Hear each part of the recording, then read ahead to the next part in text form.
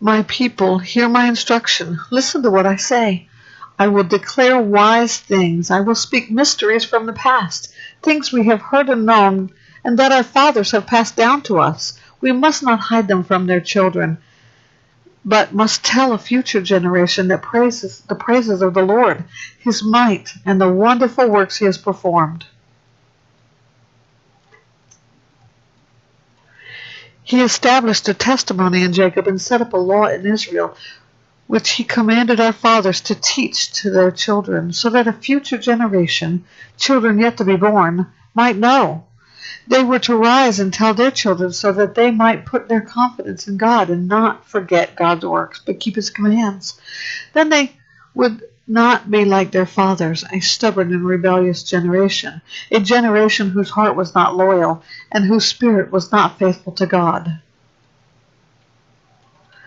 The Ephraimite archers turned back on the day of battle. They did not keep God's covenant and refused to live by his law. They forgot what he had done, the wonderful works he had shown them. He worked wonders in the sight of their fathers, and in the land of Egypt, the region of Zoan, he split the sea and brought them across. The water stood firm like a wall. He led them by with a cloud by day and with a fiery light throughout the night. He split rocks in the wilderness and gave them drink as abundant as the depths. He brought streams out of the stone and made water flow down like rivers.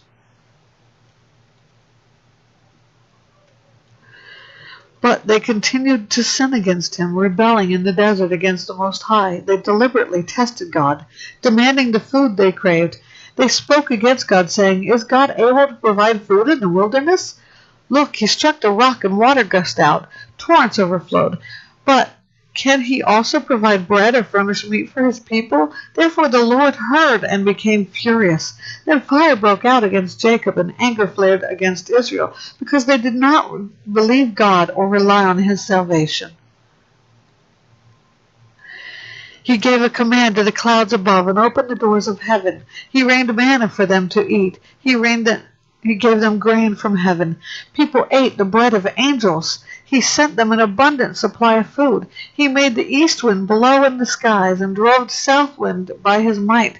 He rained meat on them like dust, and winged birds like the sand of the seas. He made them fall in his camp and all around his tent. They ate and were completely satisfied, for he gave them what they craved. Before they had satisfied their desire, while the food was still in their mouths, God's anger flared up against them, and he killed some of their best men.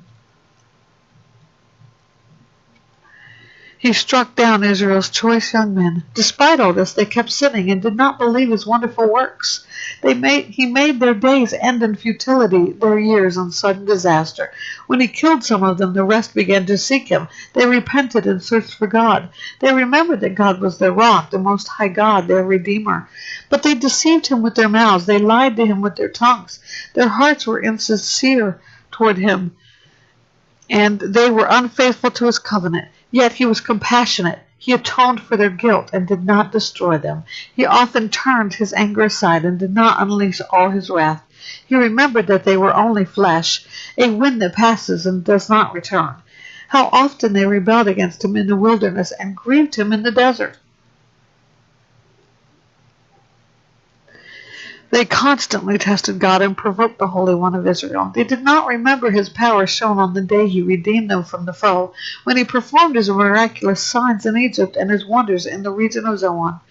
He turned their rivers into blood, and they could not drink from their streams. He sent among them swarms of flies which fed on them, and frogs which devastated them. He gave their crops to the caterpillar, and the fruit of their labor to the locust. He killed their vines with hail, and their sycamore fig trees with a flood. He handed over their livestock to hail and their cattle to lightning bolts.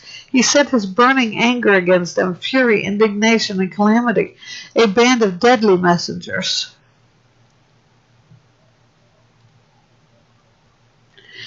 He cleared a path for his anger. He did not spare them from death, but delivered their lives to the plague. He struck all the firstborn in Egypt, the first progeny of the tents of Ham. He led his people out like sheep and guided them like a flock in the wilderness. He led them safely, and they were not afraid. But the sea covered their enemies. He brought them to his holy land, to the mountain his right hand acquired. He drove out nations before them. He apportioned their inheritance by lot and settled the tribes of Israel in their tents. But they rebelliously tested the Most High God, for they did not keep his decrees. They treacherously turned away like their fathers. They became warped like a faulty bow. They enraged him with their high places and provoked his jealousy with their carved images. He heard and became furious. He completely rejected Israel. He abandoned the tabernacle at Shiloh, the tent where he resided among men. He gave up his strength to captivity and his splendor to the hand of a foe. He surrendered his people to the sword because he was enraged with his heritage. Fire consumed his chosen young men, and his young women had no wedding songs. His priests fell by the sword, but the widows could not lament.